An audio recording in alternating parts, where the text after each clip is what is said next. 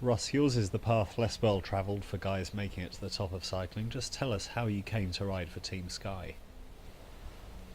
Well, I think riding for Team Sky came about after winning Tour of Ireland. I think a year and a half ago now, which I think was the final knocking on the door to get the contract at Team Sky.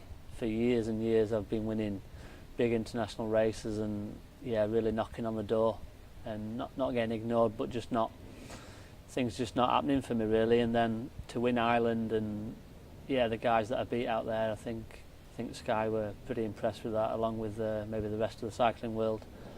And the contract came, and here we are now, still a year on, and absolutely loving it. I guess that was quite a high-profile Tour of Ireland because Lance Armstrong was riding it. Definitely, Lance Armstrong was there, Cav was there, so there was big hype. And then, it was like, Lance Armstrong didn't finish the Tour of Ireland, who won it? And that was me. So he got me some good publicity there, and so it's been onwards and upwards from there really. So how soon after that Tour of Ireland did you get a phone call from Team Sky? I think it was like a week or 10 days later. I was obviously that was a brilliant race, and then it was time to strike while the iron was hot, sort of thing. And we were trying to get a decision out of Sky, and it finally came. The call came, and it was a very nice call.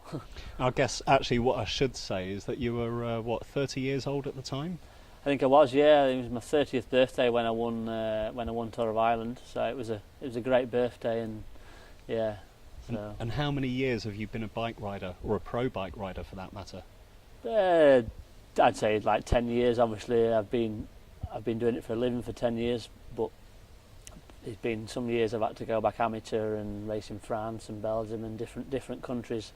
So it's been a long old journey, but and still enjoy it. Was it always in the back of your mind that this was definitely something that you were going to achieve, or did there ever come moments when you thought, well, I might not get to the top level, I'll stick to the British scene? Yeah, definitely. There's been moments when paths that I've chose to take and have fallen underneath me, and like signing with Linda McCartney a few years ago set me back a few years, but then I bounced back after that.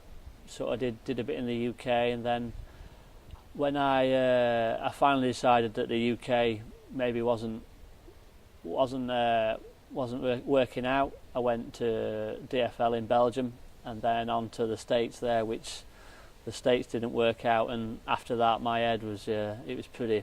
I didn't know what to do with the path to take to obviously become big time pro. And I came back to the UK, just still racing for HealthNet. Won a few premiers, and then the end of that season, had a call from Phil Griffiths down there at Yellow Limited, and he basically set a team up around me and asked what I wanted to do, where I wanted to go, and we went from there, and we had a great couple of years there. What's been the biggest change stepping up from that level to the level you're at now with Team Sky? Is it the science behind it, the sheer logistics, the travel? I think the organisation is just amazing. I said there's nothing. I've not changed anything as a rider. I still train really hard, and I said that it's just the organisation and the logistics of it. It's a big. It's on a massive scale now, which is great to be a part of, really. I do seem to remember reading that you never train with a heart rate monitor or even a power meter. No, obviously now I train with a power meter, and I said 2 years ago I never used anything, and now I don't think I can train without my SRM box. Not that I look at it all the time, but if it's not there, I feel a bit lost. And I still don't train with heart rate monitors much. Now and again, if I'm doing specific threshold stuff and that, I'll put one on, but it's bit old school and sort of go on the feel really. First year with Sky, you had some good results. What are your objectives for this season? Obviously, last year I was really nervous in the winter because, like we say, it's Sky, and being in a Pro Tour team is the thing I've always dreamt of, and to get that chance, I was really nervous in the winter and just wanted a solid year really. Wanted to fit in. I didn't want to get to the end of the year and they say, right, well that's it, you've had your chance, and you didn't take enough chances. So I was really happy to work for other guys and to do my job. But then when my chances came, I took them. Like Criterium was one of my first chances, and I won out there, and then go on to winning Wallonie and do some other solid rides. So I was really happy at the end of the year.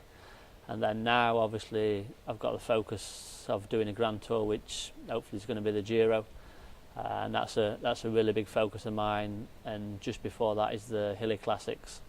So that's where I'm focusing now. And I've had a really good winter, some good hard training camps out in Mallorca, and hopefully, the form's coming now, and hopefully I'll be able to hold that until the Giro. You're 32 years old now? I am, yes. Have you got the next few years mapped out in your head? No, not really, but I say I'm 32, but I'm not a 32 who's rode 10 Grand Tours and that. So I think I've got hopefully a lot of life left in me. I've got a lot of experience in there from racing all over the world and in different teams, and I say I'm pretty professional in looking after myself, and I have done for the last 10 years. So I think hopefully I've got a few years left in me, whether it be with Sky or whoever. I'm not planning on retiring because it's took me long enough to get here, so I want to enjoy it for a few years. Well, Russ, good luck, and thanks for talking to cyclingnews.com. Thanks a lot.